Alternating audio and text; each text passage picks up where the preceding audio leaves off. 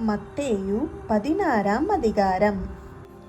பரிசேயரும் சதுசேயரும் அவரை சோதிக்கும்படி அவரிடத்தில் வந்த வனாந்திரத்திலிருந்து ஓர் அடையாளத்தை தங்களுக்கு காண்பிக்க வேண்டும் என்று கேட்டார்கள். அவர்களுக்கு அவர் பிரதியுத்தரமாக, அஸ்தமனமாகிற போது செவ்வானம் விட்டு இருக்கிறது, அதனால் வெளிவாங்கும் என்று சொல்லுகிறீர்கள்.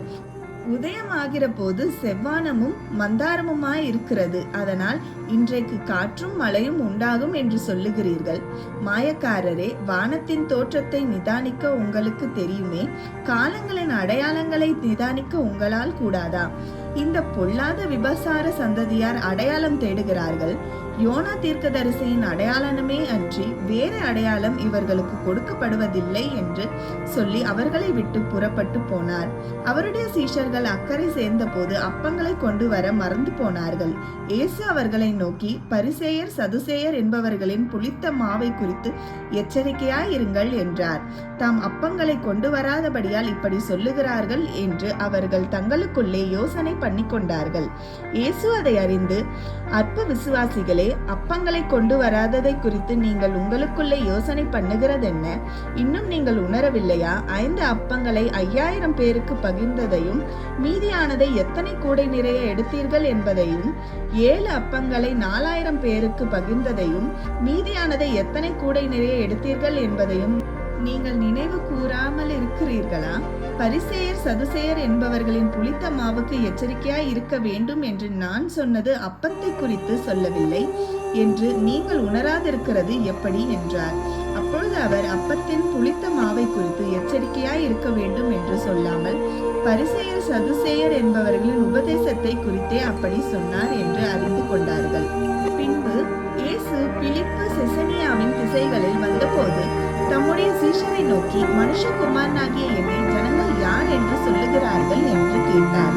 அதற்கு அவர்கள், சிலர் உம்மை யோவான் ஸ்நானன் என்றும், சிலர் எலியா என்றும், வேறு சிலர் எரேமியா அல்லது தீர்க்கதரிசிகளில் ஒருவர் என்றும் சொல்லுகிறார்கள் என்றார்கள். அப்பொழுது அவர், நீங்கள் என்னை யார் என்று சொல்லுகிறீர்கள் என்று கேட்டார். சீமோன் பேதுரு பிரதியுத்தரமாக, நீர் ஜீவனுள்ள தேவனுடைய குமாரனாகிய கிறிஸ்து என்றார். இயேசு அவனை நோக்கி, யோவானின் குமாரனாகிய சீமோனே, நீ பாக்கியவான், மாம்சமும் இரத்தமும் இதை உனக்கு வெளிப்படுத்தவில்லை, பரலோகத்தில் இருக்கிற என் பிதா இதை உனக்கு வெளிப்படுத்தினார். மேலும் நான் உனக்கு சொல்லுகிறேன், நீ பேதுருவாய் இருக்கிறாய், இந்த கல்லின் மேல் என் சபையை கட்டுவேன், பாதாளத்தின் வாசல்களில் அதை மேற்கொள்வதில்லை. பரலோகத்தின் திறவுகோல்களை நான் உனக்கு தருவேன். பூலோகத்தில் நீ கட்டுகிறது எதுவோ அது பரலோகத்திலும் கட்டப்பட்டிருக்கும், பூலோகத்தில் நீ கட்ட வைப்பது எதுவோ அது பரலோகத்திலும் கட்ட வைக்கப்பட்டிருக்கும் என்றார். அப்போது தாம் கிறிஸ்துவாகிய இயேசு என்று ஒருவருக்கும் சொல்லாதபடிக்கு தம்முடைய சீஷர்களுக்கு கட்டளையிட்டார். அது முதல் இயேசு தாம் எருசலேமுக்கு போய் மூப்பராலும் பிரதான ஆசாரியராலும் வேதபாரகராலும் பல பாடுகள் பட்டு கொலையுண்டு 3ஆம் நாளிலே எழுந்திருக்க வேண்டும் என்பதை தம்முடைய சீஷர்களுக்கு சொல்லத் தொடங்கினார்.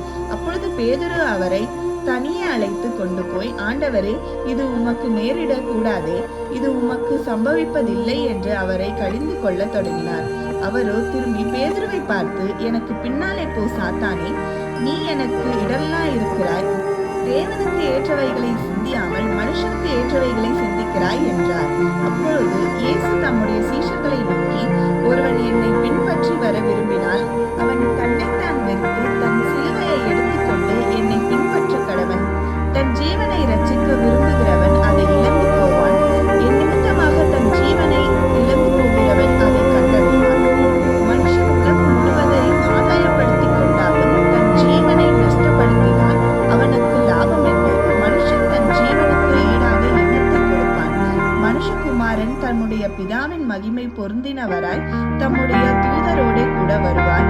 அப்பொழுது அவனவன் கிரியைக்கு தக்க